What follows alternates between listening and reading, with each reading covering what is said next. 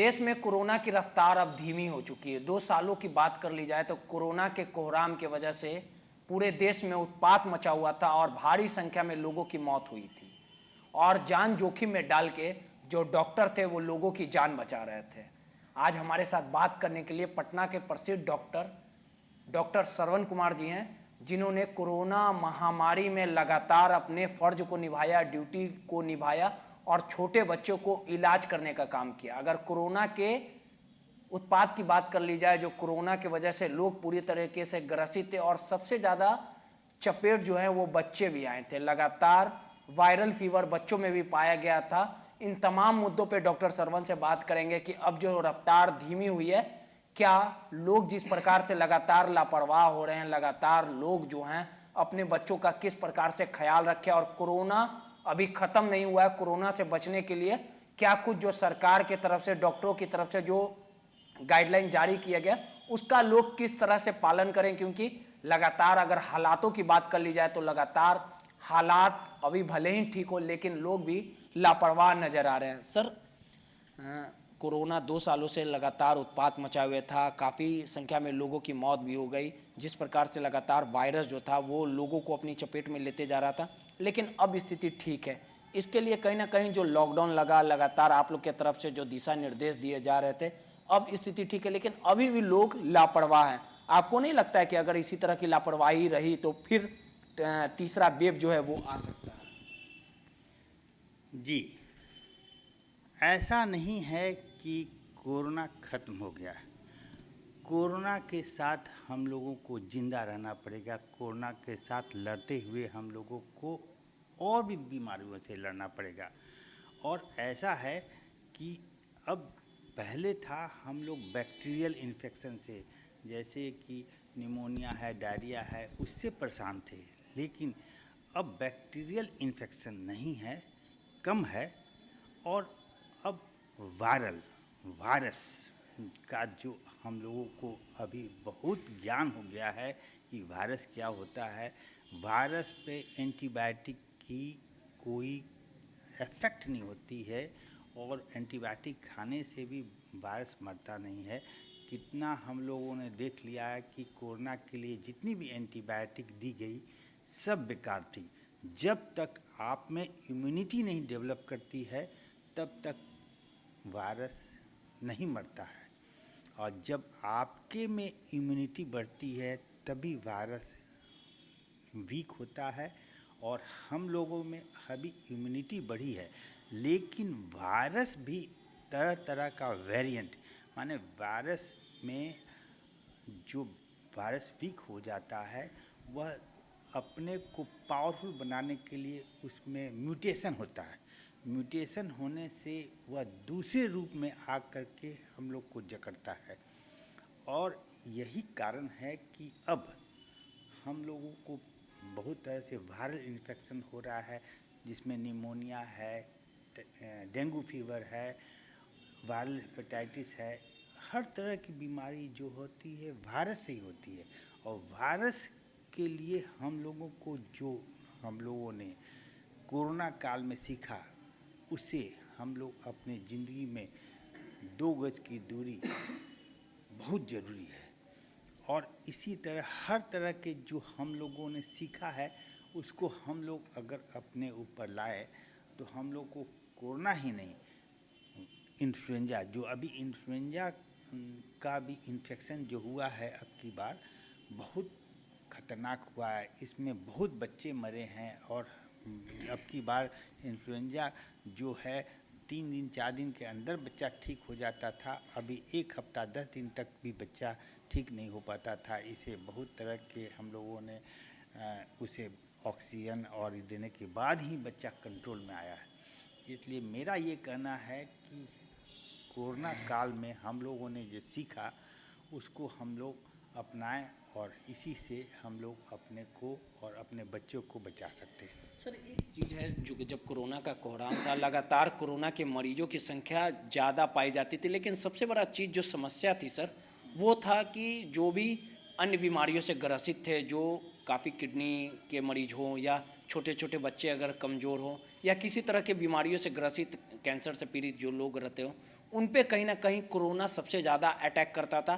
तब तक मरीज संभल नहीं पाते थे, कोरोना की चपेट में आ जाने की वजह से उनकी मौत हो जाती थी। आखिर ऐसे मरीजों को अभी भी जो बीमारी से ग्रसित है, गंभीर बीमारियों से, उनके लिए क्या कुछ आप लोग के तरफ से मैसेज है कि अभी भी उनको बचने की ज़रूरत है? अगर वो सोच रहे हैं कि कोरोना ख़त्म हो गया, हम ग्रसित बीमारी से, तो हमें कोरोना चपेट में नहीं लेगा, ऐसे मरीजों के लिए क्या कुछ आप लोग की तरफ से दिशा निर्देश रहेंगे, मैसेज रहेगा? जी, जैसे मैंने कहा कि इम्यूनिटी कमज़ोर रहती है तभी कोरोना हावी होता है, और हम लोगों में जैसे ही इम्यूनिटी बढ़ी है अभी, जैसे वैक्सीन से है, चाहे हम लोग अपने खान पीने से, और जो इम्यूनिटी बढ़ी है उसी से कोरोना वीक हुआ है। और जैसा आपने कहा, जे बड़ों में, बूढ़ों में, चाहे जिसको कैंसर की बीमारी है, चाहे जो किडनी के पेशेंट है, उन लोगों में इम्यूनिटी कम रहती है, और उन लोगों की इम्यूनिटी कम रहने के कारण उन्हें कोरोना ही नहीं, सारे वायरल इन्फेक्शन से खतरा रहता है। तो उन लोगों को सबसे ज़रूरी है कि वो लोग अपने सोशल गैदरिंग से बचें और अपने को सेपरेट रखें, जिससे कि उन्हें जो समाज में जो वायरल इन्फेक्शन है उससे वो ग्रसित नहीं होंगे, तो वो बच पाएंगे। और उनके साथ साथ में जो इम्यूनिटी बढ़ाने के लिए जो घर का खाना है, फल है, और जितने भी पौष्टिक पदार्थ हैं उसे खाएं और अपने को व्यायाम करें और अपने को स्वस्थ रखें। लेकिन एक सवाल ये भी है सर, आप शिशु चिकित्सक हैं, कई सालों से प्रैक्टिस में हैं, लगातार आप जाने माने प्रसिद्ध डॉक्टर भी हैं, लेकिन जिस प्रकार से कोरोना का जब काफ़ी स्थिति भयावह थी, वहाँ पे जो छोटे छोटे नवजात शिशु हैं उसको भी कहीं ना कहीं जो कोरोना जो था वो अटैक कर रहा था। लेकिन छोटे बच्चों में अगर इम्यूनिटी पावर की बात कर ली जाए तो वो काफ़ी क्षमता कम रहती है और वो तो वैक्सीन भी नहीं ले पाते हैं। तो छोटे जो नवजात शिशु है उनको किस प्रकार से बचाया जाए, क्योंकि उनको तो वैक्सीन भी नहीं लग सकता, इम्यूनिटी पावर भी कम रहता है उन लोग को, वैसे बच्चों का ख्याल कैसे रखा जाए? देखिए, ऐसा है कि बच्चों में इन्फेक्शन, आपको जान करके आश्चर्य होगा, बच्चों में इन्फेक्शन होता है, कोरोना इन्फेक्शन ज़्यादा होता है, लेकिन बच्चे में सिम्टम्स बहुत कम रहते हैं। तो इसलिए बच्चे को, जो अभी देखा गया इस कोरोना काल में, हम लोग जो डर रहे थे कि वैक्सीन नहीं लिया है बच्चा तो कोरोना के कारण बच्चे को खतरा ज़्यादा है, लेकिन नहीं, ऐसा नहीं हुआ, क्योंकि बच्चों में ऐसा इम्यूनिटी कम है, लेकिन उसमें इन्फेक्टिविटी बहुत कम है।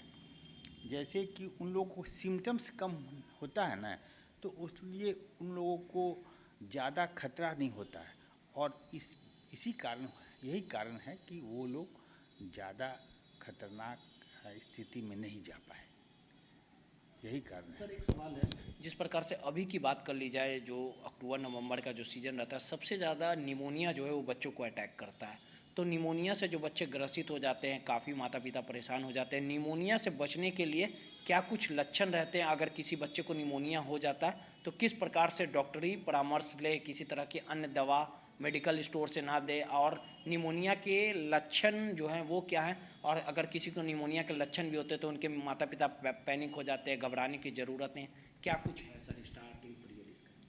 जैसा कि आप जानते हैं, निमोनिया जो होता है सबसे पहले वायरल इन्फ्लुएंजा का इन्फेक्शन होता है, जिसके कारण सर्दी खांसी होती है, और उसमें अगर हम लोग उसको नेग्लेक्ट करें तब सुपर इम्पोज बैक्टीरियल इन्फेक्शन होता है। बैक्टीरियल इन्फेक्शन होने से निमोनिया भयावह हो जाता है, और वायरल इन्फेक्शन जो होता है उसमें आपने कहा, सही कहा कि इसमें ज़्यादा पैनिक नहीं हुए। इन्फ्लुएंजा सबसे 90% वो अपने आप रिजॉल्व हो जाता है, उसमें केवल पैरासीटामोल बुखार के लिए और सर्दी के लिए एंटीहिस्टामिन दिया जा सकता है, लेकिन उसको अवॉइड करें तो हमें अच्छा रहेगा। और दूसरा है कि अगर हम लोग उस बच्चे को अच्छे वातावरण में रखें, हाइड्रेशन, उसको स्वादिष्ट उसे जो फल फूल और दूध दही का करके उसे पौष्टिक पदार्थ दें, जिससे कारण उसकी इम्यूनिटी नहीं गड़बड़ाए, तो बच्चा 90% ठीक हो जाता है। लेकिन अगर बच्चे को जो डेंजर साइन होता है, अगर बच्चा को सांस में दिक्कत हो, उसका हार्ट रेट 60 पर मिनट से ज़्यादा हो, बच्चे को अगर खांसी ज़्यादा हो और ऑक्सीजन की लेवल अगर पल्स ऑक्सीमीटर के साथ हम लोग हर समय यह कोरोना काल में सीख गए हैं, पल्स ऑक्सीमीटर से अगर 90% से ऑक्सीजन सेचुरेशन कम होता है तो हम लोग डॉक्टरी सलाह ले करके उसे बच्चे को समुचित चिकित्सा दें, जिससे कि बच्चा बच पाएगा।